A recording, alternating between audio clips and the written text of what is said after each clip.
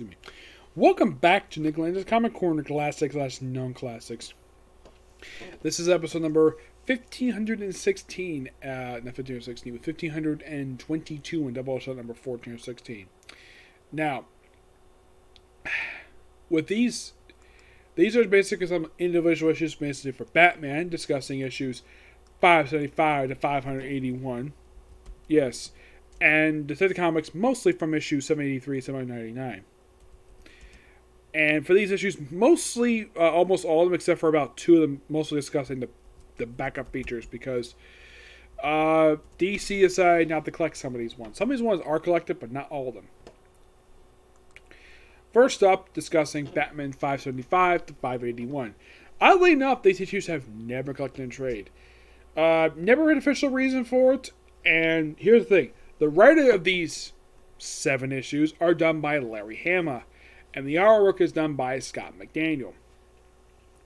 The best way to describe these issues is that 575 to 570 are 4 standalone issues, and then you have a 3-part story arc to pretty much end the run. Yep. And it's basically some social issues. It's not really interesting per se. I mean, you have one issue, you had Killer Croc show up, but aside from that, not a lot of stuff happens over the course of 575 to 578. 579 is where interesting stuff happens. You want to know why? Because each writer likes to debut a new character. And what new character made its debut in Batman 579? Why, it's Orca. Yes, Orca. Yeah, she made her debut in this very storyline. And, well, if you know something about the logo thing, that was something that was continued for about 3 years with the Batman, like this particular style of printing, from what I could tell. This continued for about 3 years, and I think after the events of Batman Bruce Wayne Future, they discontinued this. So they reveal, like, the debut of Orca, first attacks, how she became the Orca, and then later on she was captured. And it's a very interesting story. And it's interesting to note this character wouldn't appear very much after this story wrapped up. I mean, her most prominent thing that happened with her is that she got killed up in Face to Face, but she was brought back in the current continuity. Yes, she was.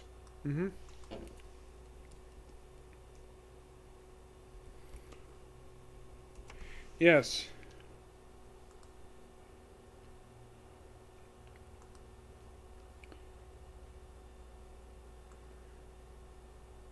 Yeah, her real name is Grace Ballin. Yep, and she was, in fact, like, they did have another version of this character who popped up in the pages of Aquaman, except this was a guy as Orca. Yep. And, like, after the storyline, she popped up in Joker's Last Laugh, and then she died. Yep, she got killed by the Tallyman. Though she was brought back in Nightwing. Yes, Nightwing brought her back. And then recently she popped up in the pages of Joker by James Synieth. Yep. Yeah, that's literally all it is here. The Orca issues, I found these issues more interesting than 5. Now, I have heard that these issues basically were just not very good. I do agree in the sense of 575, 578, because they're just not that interesting at all. But the Orca issues I found to be interesting because basically you actually could be, she's very sympathetic because she basically had no choice but to become it. And apparently this whole look for her as the Orca was a costume that later on was made to look like an actual regular look for her. Yep. In the case of 575, 578, I'm going to give those issues a... I'm going to give those issues a... I'm going to give them basically a 6 out of 10. 579, 581, give those a 9 out of 10. Good issues, definitely. Oh, and here's something interesting, though. With reviewing these issues here, I have now officially reviewed for Batman in a row, because recently got done, I think it was Time Batman. I have not officially reviewed from 555 for Batman to present. Yep. That's indeed true. And you're thinking, oh, that's interesting. Yeah, I've actually reviewed from about 2000 to about 2000 to about present. Alright, now we'll discuss these issues. First up, it is 783. This one, I'm only discussing. Now, I'm discussing like one story for a lot of these issues. Now, 583, this is mostly discussing just the opening story of this issue, not the backup story. I've discussed this already. We'll discuss the Maze trade. This one is basically Bat investigating a murder. This is by Paul Boland's art by Martin Barog. I think that's how you pronounce it.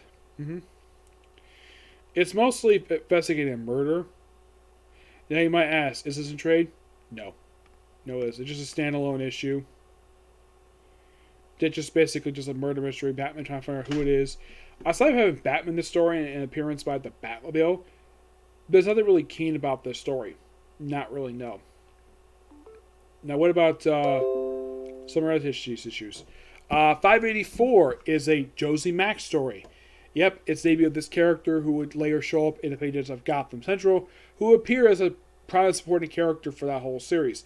Now, that's a strange thing with, basically, 784, because they have the first story printed in the Batman and Man Who Laughs trade, along with the following two issues, but not the backup feature, surprisingly. Backup feature for this issue isn't trade. It's mostly, but basically, like, kind of like our backstory of how she was. It's basically her early years in the Force before she eventually becomes a prominent part of the Gotham City Central series. Yep, now we're going to start some actual features, discussing features, per se. 585 is the start of the Dog Catcher feature. Yes, a Dog Catcher feature. Yes, and Josie Mack, that's done by Judd Winnick. Yeah, it's done by Judd Winnick and Cliff Chang. Yep. And there she is right there at the bottom. That's Josie Mack. Yep. And she's here just for this issue, and then she's not here after that. Now, Dog Catcher is a 5-part backup feature. Yeah, that starts with this variation. I think it wraps up with, I think it was like, I think it wraps up like 589, I think it was. Yeah, this 5-part feature is done by Rick Spars, art by Rob G.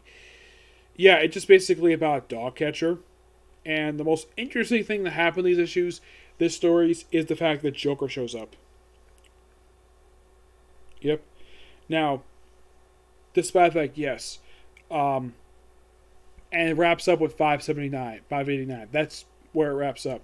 Now, what about, let's say, the main stories? Now, I've already discussed, anyways, 587 because it was part of the Brian K. Vaughan stuff. Now, the main story in the Detective comic is a quick 2-parter called the Renori Stone. This is done by Paul Boland and Mike Leaney. Yeah, this is basically Batman investigating an explosion. And we have guest appearance by Oracle. Yep. Oracle. Him basically fighting random guys. Have a guest appearance. It's basically just him and Oracle. And just basically doing like a detective case for Batman. Yep. And 89 is simply the... Come on, stop it. 89 is kind of the same thing. Yeah, pretty much it's the end of this 2-part before we move on to something else.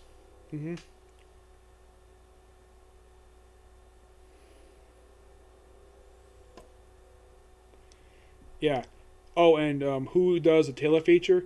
The Taylor, that's what starts with 790, and it wraps up with, get this, 796. Yes.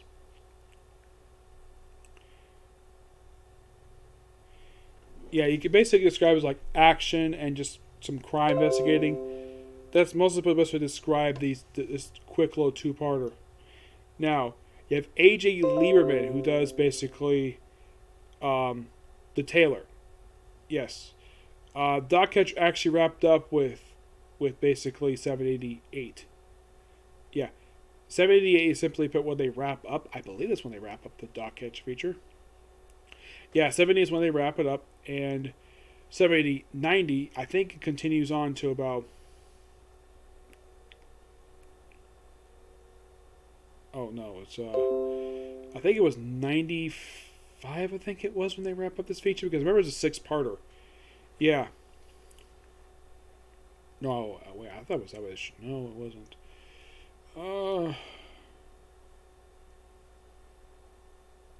Yeah. The tailor itself is mostly put just by a tailor who just basically fixes outfits. And there's like a flamethrower guy shows up. This one, it's just okay.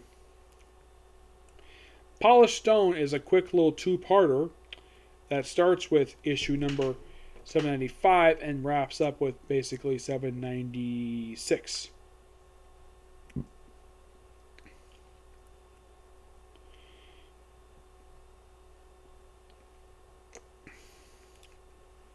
Now, the main story for 790, 800, I've already discussed before in stuff like the new War Games trades and City of Crime. That's what I discussed this.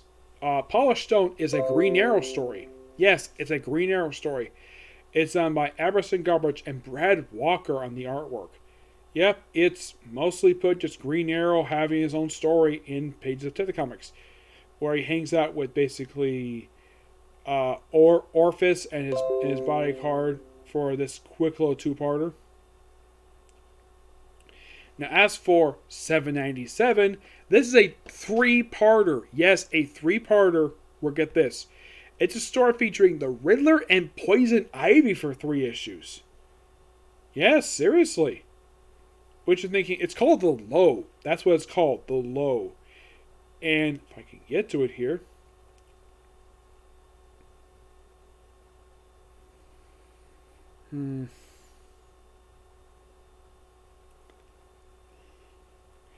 This particular 3-parter is done by Sean McCarthy, and the artwork is done by Tony Casarillo.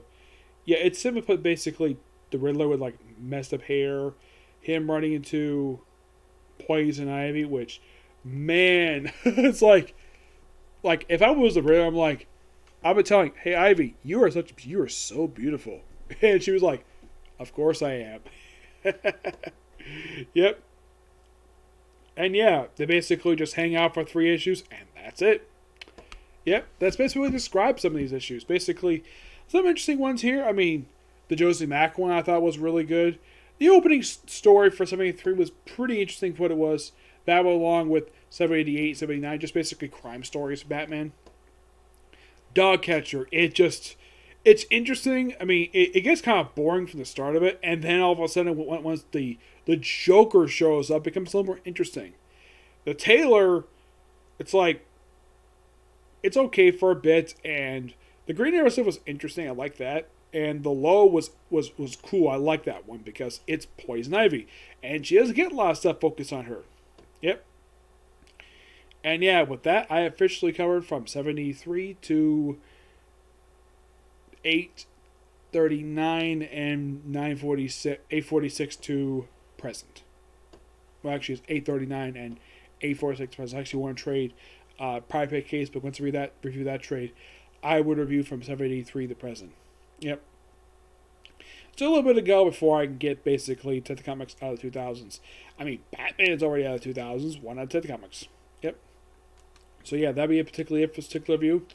I don't know if I'll get time to do One Piece. I'll probably do it tomorrow. Yep. But next video. Bye.